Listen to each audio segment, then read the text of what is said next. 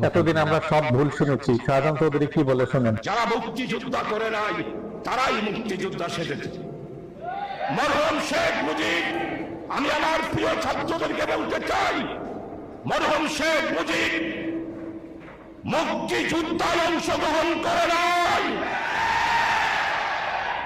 মুজিব, আপনি বাংলাদেশের মানুষকে স্বাধীনতার ঘোষণাকে অসমাপ্ত রেখে পশ্চিমা সেনাবাহিনীদের হাতে গ্রেপ্তার হয়ে পশ্চিম পাকিস্তানে নিরাপদে কারাগারে ছিলেন।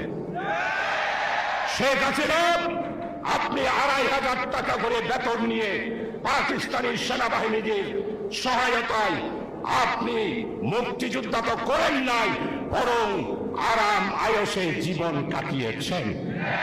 তাই আজকে বলতে চাই, আওয়ামী লীগ মুক্তিযোদ্ধার সংগঠন নয়।